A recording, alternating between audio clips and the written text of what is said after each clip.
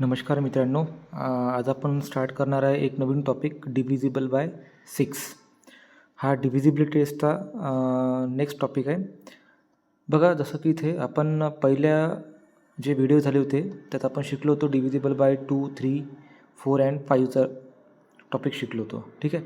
आता divisible by 6चा जो topic जो आहे हा डिपेंड आहे मागच्या 2 व्हिडिओजवर. ठीक आहे. तर तुम्ही पहिले मागच्या 2 व्हिडिओ एक वेळा बघा आणि नंतर मग ह्या व्हिडिओला समजायला थोडं स्टार्ट करा.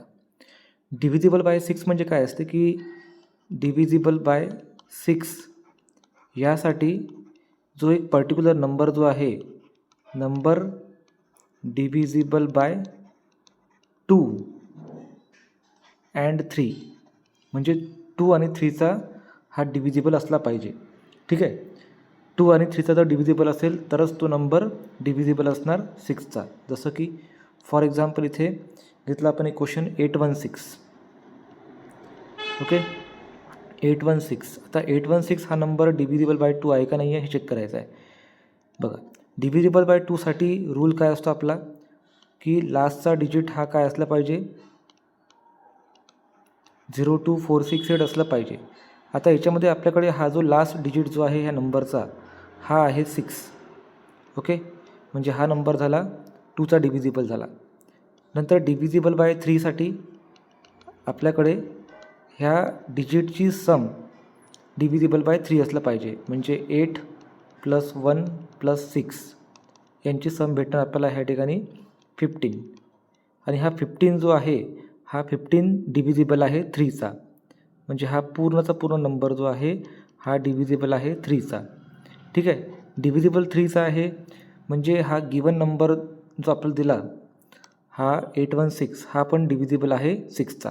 ओके, म्हणजे कंडिशन ह्या दोन्ही पण इथे सॅटिस्फाय व्हायला पाहिजे की 2चा पण डिव्हिजिबल पाहिजे आणि 3चा पण डिव्हिजिबल पाहिजे. जर सपोज इथे नाही का 2चा डिव्हिजिबल नाही आहे, 2चा डिव्हिजिबल नाही आहे, समजा इथे डिव्हिजिबल बाय 2 हा नाही आहे पण 3चा डिव्हिजिबल आहे, तर ही कंडिशन इथे 6साठी अप्लिकेबल नाही आहे. ओके, किंवा डिव्हिजिबल बाय 2 आहे आणि 3 नाही आहे, 2 आहे पण 3 नाही आहे, तर ही पण कंडिशन इथे 6साठी ॲप्लिकेबल नाही आहे. ओके, तर असा हा एक क्वेश्चन आहे. ठीक आहे. समजा आपण अजून एक क्वेश्चन घेऊ म्हणजे तुम्हाला अजून हा कन्सेप्ट थोडा अजून क्लिअर होऊन जाईल. सपोज इथे आता आपण एक क्वेश्चन घेतला अजून, जसं की 142.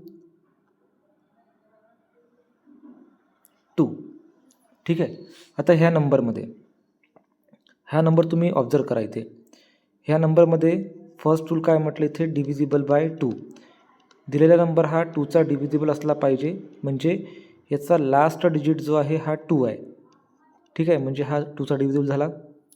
आता ह्या डिजिटची सम डिव्हिजिबल बाय 3साठी इथे आपल्याला काढायचं आहे डिजिटची सम, म्हणजे 1 + 4 + 2 + 2 + 2, 1 + 4 5, 5 + 2 7, 7 + 2 9. आता हा जो 9 जो आहे हा 9 3चा डिव्हिजिबल आहे. ओके, म्हणजे हा पण नंबर जो आहे दिलेला नंबर 1422 हा पण 6चा डिव्हिजिबल होईल.